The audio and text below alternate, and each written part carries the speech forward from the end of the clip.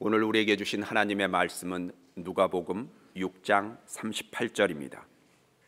주라, 그리하면 너희에게 줄 것이니 곧 후이되어 누르고 흔들어 넘치도록 하여 너희에게 안겨주리라. 너희가 헤아리는 그 헤아림으로 너희도 헤아림을 도로 받을 것이니라. 아멘. 복 있는 사람을 주제로 설교하려고 합니다. 창세기 1장 27절에 하나님이 자기 형상대로 사람을 창조하시고 복을 주셨다. 노아와 그 아들들에게도 복을 주셨고 아브라함을 부르셔서 세상에 복이 되게 하셨습니다.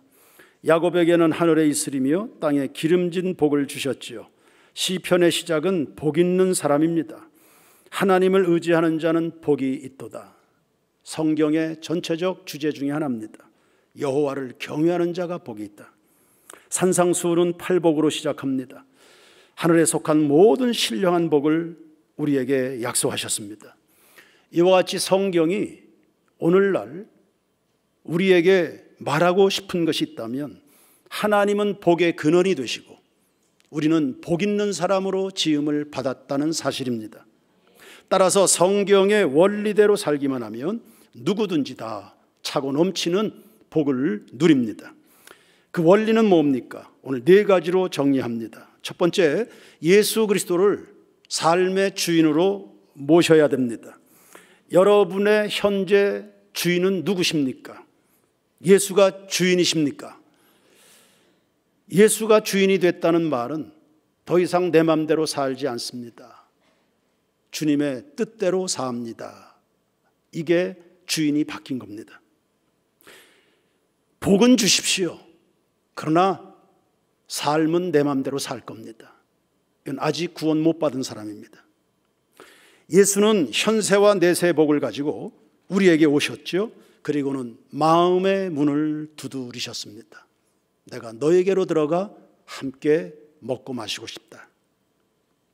그런데 여전히 그 예수를 문 밖에 세워두는 일이 많이 있더군요. 가령 이런 겁니다. 제가 선물 보따리를 잔뜩 안고 성도의 가정을 신방했습니다.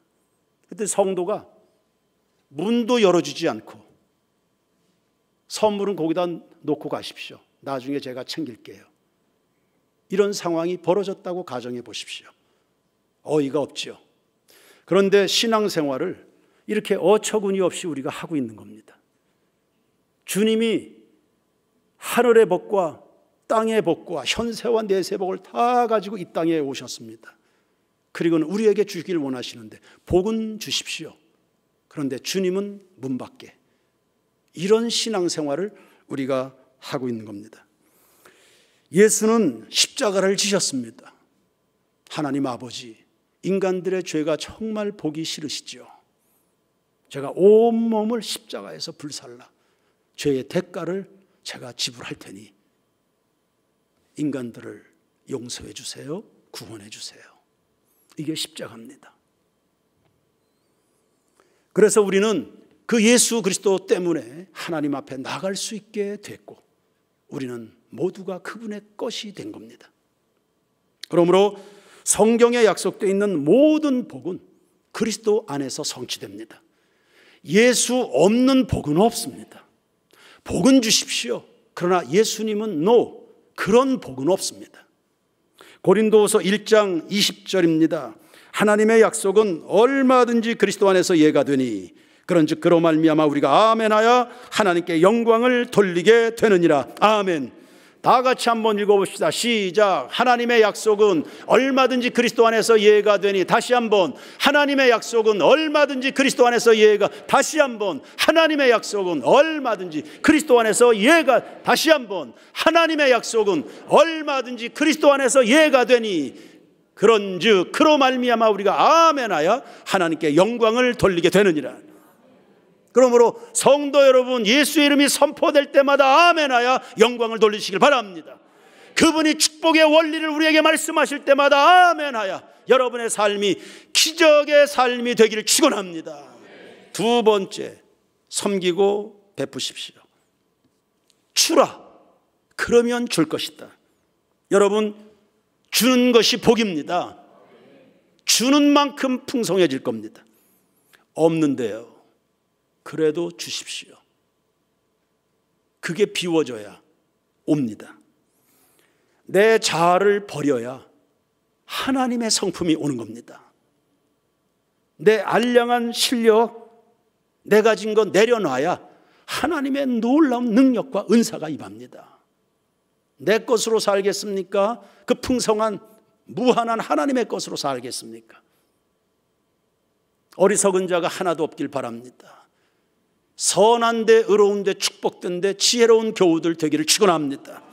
인간의 타락은 움켜쥐는 데서 시작이 된 거 아닙니까? 아담이 선악과로 움켜쥐었습니다.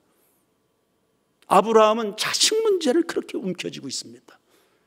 갈대아 우르라는 현실을 움켜쥡니다. 그래야 할 때 아브라함에게 아무런 소망이 없었습니다. 본토 친척 아비 집을 떠나 내가 너에게 지시하는 곳으로 가라 라고 하나님 말씀하실 때 그 말씀을 붙들고 그 말씀에 자신의 전생애를 바쳤을 때 큰 복을 받게 된 겁니다. 나중에는 조카와 다툼이 벌어졌습니다. 재산 문제였습니다. 그건 재산을 잡은 게 아니라 하나님을 움켜쥐었습니다. 그리고는 창세기 13장 14절 이하에 어마한 복을 받습니다. 다 같이 한번 읽어볼까요? 다 같이 큰 소리로 여러분의 복이라 믿으셔서 선포하시길 바랍니다. 다 같이 읽겠습니다. 롯이 아브라함을 떠난 후에 여호와께서 아브라함에게 이르시되 너는 눈을 들어 너 있는 곳에서 북쪽과 남쪽 그리고 동쪽과 서쪽을 바라보라. 보이는 땅을 내가 너와 네 자손에게 주리니 영원히 이르리라. 할렐루야. 어디까지 이르러요? 영원한 복입니다. 사람이 힘쓰고 애쓰고 몸부림치는 것은 잠깐 있다 사라지는 것에 불과합니다. 하나님의 복이라야 그게 영원한 것입니다. 그 복을 받길 축원합니다. 계속 읽습니다. 내가 내 자손으로 땅에 티끌 같게 하리니 사람이 땅에 티끌을 셀 수 있을진데 내 자손도 세리라. 너는 일어나 그 땅을 종과 횡으로 행하여 보라. 내가 그것을 내게 주리라. 아멘. 나중에는 이삭까지도 하나님께 바쳤습니다. 그랬을 때 또 복을 보십시오. 창세기 22장 17절 18절입니다. 다 같이 시작. 내가 내게 큰 복을 주고 내 씨가 크게 번성하여 하늘의 별과 같고 바닷가의 모래와 같게 하리니 내 씨가 그 대적의 성문을 차지하리라. 또 내 씨로 말미암아 천하 만민이 복을 받으리니 이는 내가 나의 말을 준행하였음이라. 아멘. 큰 복이라 번성이라 하늘의 별이라 바닷가의 모래라 승리를 이야기하고 천하 만민이 언급이 됩니다. 네가 나의 말을 준행했다. 이로써 네 삶의 주인이 여호와인 것이 증명이 됐다, 이런 뜻입니다.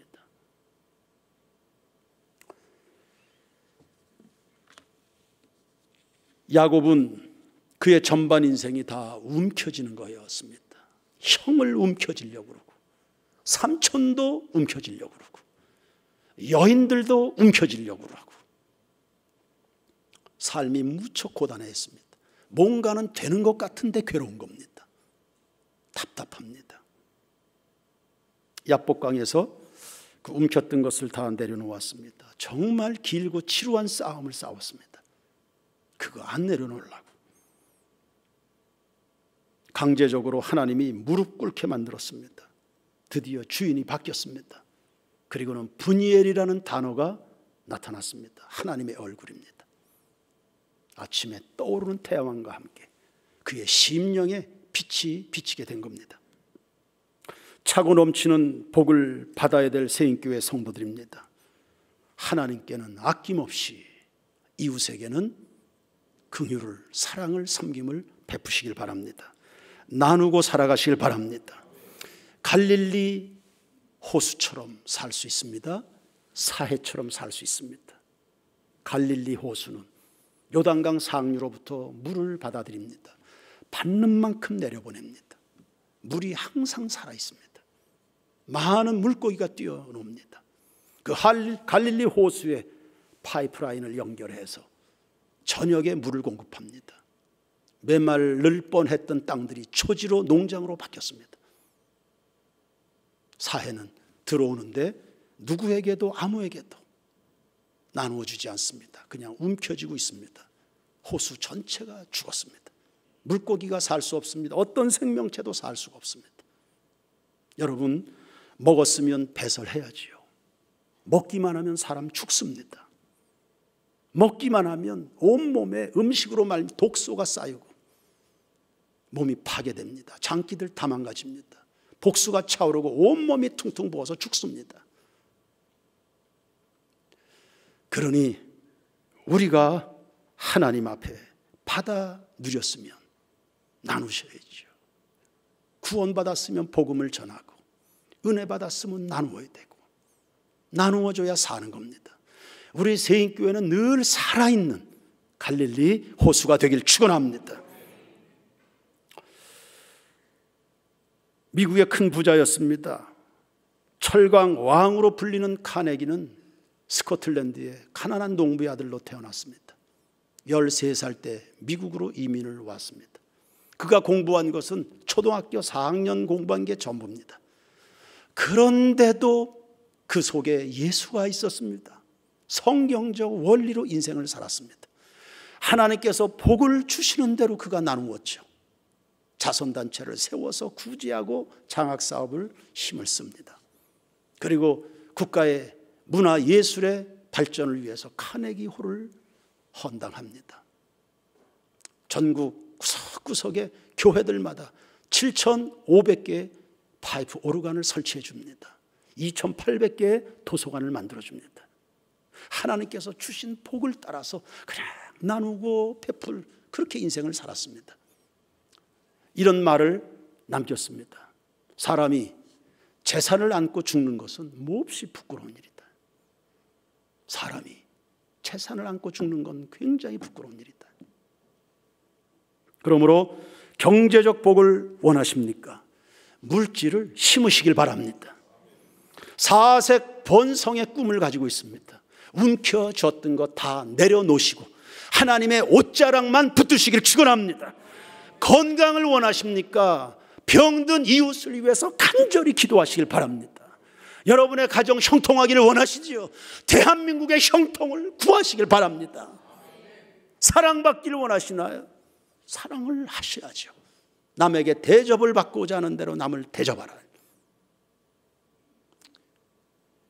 범사가 잘 되고 영혼이 풍성하고 늘 강건하길 원하는 사람들 축복하십시오. 동서남북을 바라보라 그랬네요. 아브라함에게 동서남북을 다 바라봐라. 그게 정복자의 야망입니까? 동서남북을 네가 축복으로 섬길 동서남북이다. 할렐루야. 동서남북을 축복하고 미움은 회개하고 용서를 해주시고, 세 번째, 하나님을 믿는다면 복 받을 것을 기대하시기 바랍니다. 오늘 본문을 다시 한번 보십시오. 주라 그리하면 너희에게 줄 것이니 곧 후이되어 누르고 흔들어 넘치도록 하여 너희에게 안겨주리라 했습니다. 주시는구나. 주의 말씀대로 살면 주시는구나. 넘치도록 안겨주시는구나. 후하게 주시는구나. 신앙이란 곧 기대하는 겁니다. 농부는 씨를 뿌릴 때 수확을 기대합니다.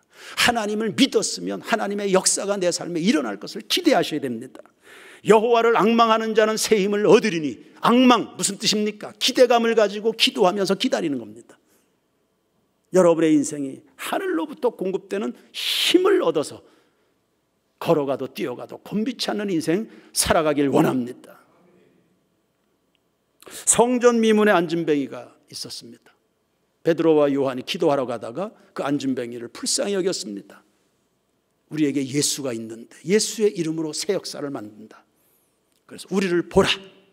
그랬더니 안진뱅이가 무엇을 얻을까 하여 바라보거늘, 뭡니까? 기대입니다. 그의 인생이 바뀌어졌습니다. 다 거진 줄 알았습니다. 그 때문에 5천 명이 예수 믿게 됐습니다. 할렐루야. 기대가 있는 곳에 주님의 문이 열린다는 사실을. 베드로가 고기를 잡으러 나갔습니다. 그날따라 한 마리도 못 잡았습니다. 허탕을 쳤습니다. 낙심한, 그리고 피곤한 마음, 몸을 이끌고 돌아와서 그물을 정리합니다. 예수님이 말씀하십니다. 깊은 데로 가서 한 번 더 오른편에 그물을 던지자. 선생이여, 내가 밤이 맞도록 잡은 것이 없지만 주의 말씀에 의지하여. 무슨 뜻입니까? 주의 말씀에 내가 기대를 걸어보겠습니다. 할렐루야. 베드로의 인생도 그로 말미암아 세상이 주의 영광을 보게 된 겁니다. 인간은 기대할 곳이 없을 때 절망하는 겁니다. 여러분은 무엇을 기대합니까? 요즘 시대 꿈이 없는 시대라고 말합니다. 기댈 곳이 없다는 겁니다. 좋은 대학 나오면 되나? 좋은 직장 들어가면 되는 건가? 좋은 아파트를 장만하면 되는 것인가? 아무 기쁨이 없습니다. 기뻐도 잠깐뿐이죠. 그 실망한 나머지 그 허망한 영혼을 채우기 위해서 대체적인 것들을 찾는데 그게 술이고 마약이고 중독입니다. 인생이 더 망가졌습니다. 그러나 오늘 우리가 바라보는 예수는 반석이십니다. 그분 진리이십니다. 하나님 한 번도 나를 실망시킨 적 없으시고 언제나 공평과 은혜로 나를 지키셨네. 할렐루야. 주님은 우리의 기대를 저버리시는 법이 없다. 안 되면 자기 몸이라도 내줘서 우리를 채우시는 분이십니다. 아브라함은 갈 바를 알지 못했습니다. 그런데 가라고 말씀하시니까 가라는 말씀에 기대를 가진 겁니다. 그래서 아브라함이 됐습니다. 기도했으면 응답을 기대하시고 주의 말씀에 365 전도에 순종했으면 성령의 불 받을 것을 기대하시길 바랍니다. 순종하는 성도들로 인하여 우리 세인교회는 성령의 용광로가 될 줄로 믿습니다. 복음을 전했으면 열매를 기대할 것이고 사랑을 했으면 그 사람이 변화될 것을 기대하시길 바랍니다. 코로나가 한참 기승일 때 한 성도가 저희 교회 등록했습니다. 처음에 그냥 몇 달 손님처럼 오고 갔습니다. 뭐하고 어떻게 사는지 구체적으로 잘 모릅니다. 그냥 주일만 간혹 엉뚱한 질문만 할 뿐이었습니다. 근데 한 주 안 보이고 2주, 3주 정도 안 보이기 시작했습니다. 핸드폰도 없는 분이었습니다. 어떻게 무슨 방식으로 접촉해야 되나 찾아갔죠. 코로나라 혼자 몸고생하고 있었던 겁니다. 아무도 찾아주는 이가 없이 열이 펄펄 끓고 몸살처럼 고통을 당하는데 혼자서 끙끙거리고 있었던 겁니다. 뜨뜻한 국밥에다가 욕이라도 하고 기운 차릴 수 있도록 섬겼습니다. 그 국밥 한 그릇에 그분의 하나님에 대한 교회에 대한 태도가 완전히 바뀌었습니다. 손님처럼 오고 갔던 세인교회인데 교회 주인이 됐습니다. 주의 일이라면, 주께서 기뻐하시는 일이라면 물불 안 가리고 충성하는 사람으로 바뀌어진 겁니다. 주의 뜻대로, 주의 마음대로 주께서 기뻐하시는 일을 위해서 섬기면, 사랑하면 변화가 일어난 기대를 가지시길 바랍니다. 봉사하면 상급이 있죠. 꿈을 품었으면 크고 비밀한 성취를 여러분 기대하시길 바랍니다. 예수님은 그분을 배척하든지 그분에 대해서 아무런 기대도 하지 않는 나사렛 예수, 나사렛에서 뭔 선한 것이 있겠, 기대하지 않았던 사람들은 아무것도 보질 못했습니다. 갈릴리 가나의 사람들은 그분에게 기대를 걸었습니다. 가나에서는 영거푸 기적이 일어났습니다. 기대가 있는 곳에, 그게 바로 믿음이고 하나님 앙망하는 곳에 주님은 영광을 나타내시는데, 여러분의 심령이, 여러분의 가정이, 우리 세인교회가 주님이 일하시는 거룩한 영적인 저수지가 되길 축원합니다. 네 번째, 여러분의 생각이 풍성해지셔야 됩니다. 주라, 그리하면 너희에게 줄 것이니 어떻게 주십니까? 후하게 주시고 넘치도록 안겨주시다. 여러분을 향한 하나님의 생각은 굉장히 풍성해요. 빈곤한 생각에서 탈피하시길 바랍니다. 야고보서 1장 5절입니다. 너희 중에 누구든지 지혜가 부족하거든 후히 주시고 꾸짖지 아니하시는 하나님이라 했습니다. 빌립보서 4장 19절입니다. 나의 하나님이 그리스도 예수 안에서 영광 가운데 그 풍성한 대로 너희 쓸 것을 채우신다. 요한복음 7장 38절 나를 믿는 자는 성경의 이름과 하나님의 약속대로 그 배에서 생수의 강이 흘러넘친다. 시편 23편 5절입니다. 주께서 내 원수의 목전에서 내게 상을 차려주시고 기름을 내 머리에 부으셔서 내 잔이 어떻게 해요? 할렐루야. 그러니 이런 하나님 앞에서 하나님 모시고 이런 하나님 믿고 살아가는데 스스로의 한계에 인생을 가두어 두지 마시기 바랍니다. 내게 강 같은 평화, 내게 강 같은 평화, 내게 샘 솟는, 내게 바다 같은 사랑. 한계를 넘어서 하나님의 생각 속에 여러분의 인생을 열어가시길 축원합니다. 이런 빈곤한 생각이 우리를 불행하게 만드는 거 아닙니까? 인생이 곤고한 사람은 늘 없는 것만 헤아립니다. 오늘 본문에도 너희가 헤아리는 것으로 헤아림을 받는, 늘 없다. 친구도 없다, 가진 것도 없다, 돈도 없다, 재주도 없다, 아무것도 없다. 없기는 뭐가 없습니까? 모세는 얼마나 훌륭하고 준비된 일꾼이었습니까? 하나님이 알아서 모세를 불렀습니다. 그런데 모세는 자기는 말할 줄 모른다는 그 한 가지에 사로잡혔습니다. 뚜껑을 열고 보니까 모세 같은 그런 믿음의 사람이 어디 있습니까? 근데 자기는 말을 못한다는 겁니다. 그가 움켜잡은 것은 내가 못한다는 그거 움켜잡은 겁니다. 하나님과 그분의 생각을 그가 잡았으면 진작부터 불필요한 씨름을 하지 않았을 텐데 말입니다. 마태복음 7장 9절에서 11절까지입니다. 다 같이 읽겠습니다. 시작. 너희 중에 누가 아들이 떡을 달라 하는데 돌을 주며 생선을 달라 하는데 뱀을 줄 사람이 있겠느냐? 너희가 악한 자라도 좋은 것으로 자식에게 줄 알거든 하물며 하늘에 계신 너희 아버지께서 구하는 자에게 좋은 것을 주시지 않겠느냐. 할렐루야. 내 입을 넓게 열라 내가 채우리라. 그러므로 복을 받고 싶으면 생각을 바꾸십시오.